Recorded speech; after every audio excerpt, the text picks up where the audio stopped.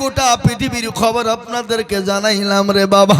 আজকে গোটা ওয়ার্ল্ড চাইছে মাদ্রাসা, মসজিদ, গোরস্থান, কবরস্থান, ঈদগাহ সমস্ত উঠিয়ে দিতে হবে, কিন্তু আমি আপনাদেরকে বলবো তারা কখনোই হাজার চেষ্টা করুক না কেন মাদ্রাসা, মসজিদ, মার্কাজ, কবরস্থান, গোরস্থান উঠিয়ে দিতে পারবে না।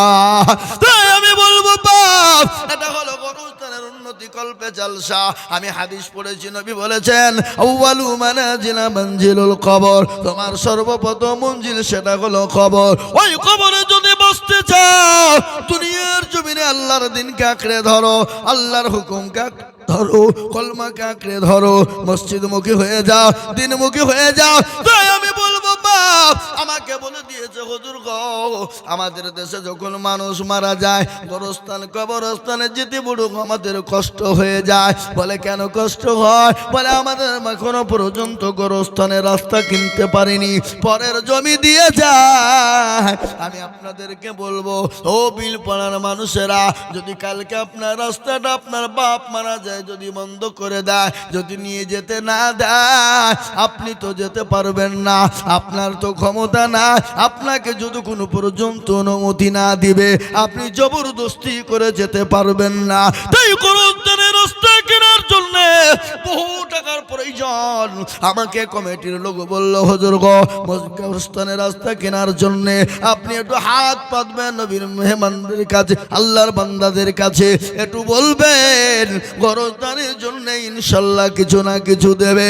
তাই আমি আপনাদেরকে বলবো লম্বা চওড়া বয়ান নয়, ও মুসলমান দরদি গো, বহু টাকা বহু দিকে চলে যায়, বিবি বাচ্চা ছেলে মেয়ের পিছনে চলে যায়, আত্মীয়র পিছনে চলে যায়, বন্ধু বান্ধবের পিছনে চলে যায়। আপনার নিজের আসল ঘরকে তৈরি করার জন্যে, কবরকে নিজের সুন্দর বানানোর জন্যে, কবরস্থানে যাওয়ার জন্যে, সুন্দর করে রাস্তা করার জন্যে অনেকের বাপ চলে গেছে, অনেকের মা চলে গেছে, অনেকের ভাই চলে গেছে, অনেকের বন্ধু চলে গেছে, অনেকের কলেজের টুকরা সন্তান চলে গেছে। আমরাও যে কালকে যাব না এ জীবনে কেউ গ্যারান্টি দিতে পারবে না। গত পরশু দিনের ঘটনা আমার চোখে পড়ে গেল বাবা, আল্লাহু আকবার। 34 নম্বর জাতীয় সড়কের মধ্যে একজন সুদর্শন যুবক, সাহেবের মতন চেহারা, 22 থেকে 23 বছর বয়স হবে রে বাবা, 8 টাকা গাড়িতে করে ও মুসলমান মোটর সাইকেলে করে যাচ্ছিল। পেছন থেকে লরিতে এমন একটা জোরে টাকে মেরে লাফ ধাক্কা বেড়েছে, আর একটা লরির টায়ারের চাকার তলে ঢুকে গেছে। 500 মিটারটাকে টানতে টানতে টানতে 2 চাকার মাঝখানে ভরে নিয়ে চলে গেল। ও মুসলমান, 500 মিটারের মধ্যে তার শরীরের প্রতিটি মাংস আপনার কি পিচ পিচ হয়ে গোটা 34 নম্বর জাতীয় সড়কটা লোড হয়ে গেল, পিচ পিচ হয়ে গেল। ও মুসলমান গো, খাসির মাংস, মুরগির মাংস যেমন পিচ হয়ে যায় ওরকম পিচ পিচ হয়ে গেল, গোট গোট হয়ে পড়ে আছে। আমি বলবো বাপরে, জীবনের কোনো মূল্য নাই, জীবনের কোনো দাম না। ও মুসলমান গো, তাই নিজে বাঁচুন, আপনার সন্তান আদিদেরকে বাঁচান। ও ইমানদারেরা, নিজে বাঁচো, সন্তান আদি আত্মীয় স্বজন মা বাপদেরকে বাঁচাও। কোথা থেকে বাঁচাবা?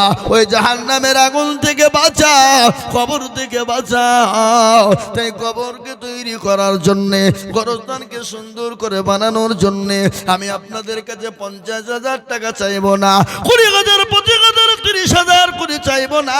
আমি আপনাদের ভিতরে বলবো গোবিল পাড়ার মুসলমানেরা, বাবজি ভাইয়েরা, কমিটির বন্ধু বান্ধবেরা, ও কটু কমিটির বন্ধুরা, আমি আপনাদের কাছে মাত্র 10টা করে 1000 টাকার দাতা।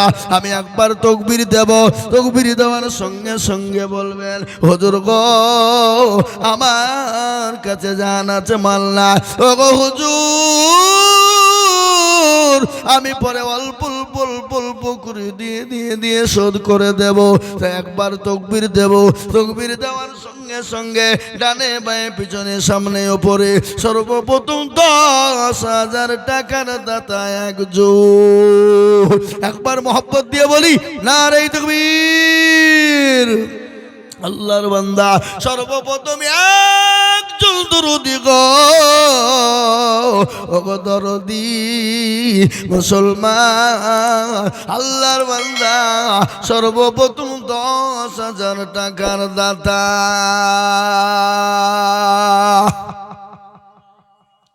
একজন এমন ইনশাআল্লাহ হবে না?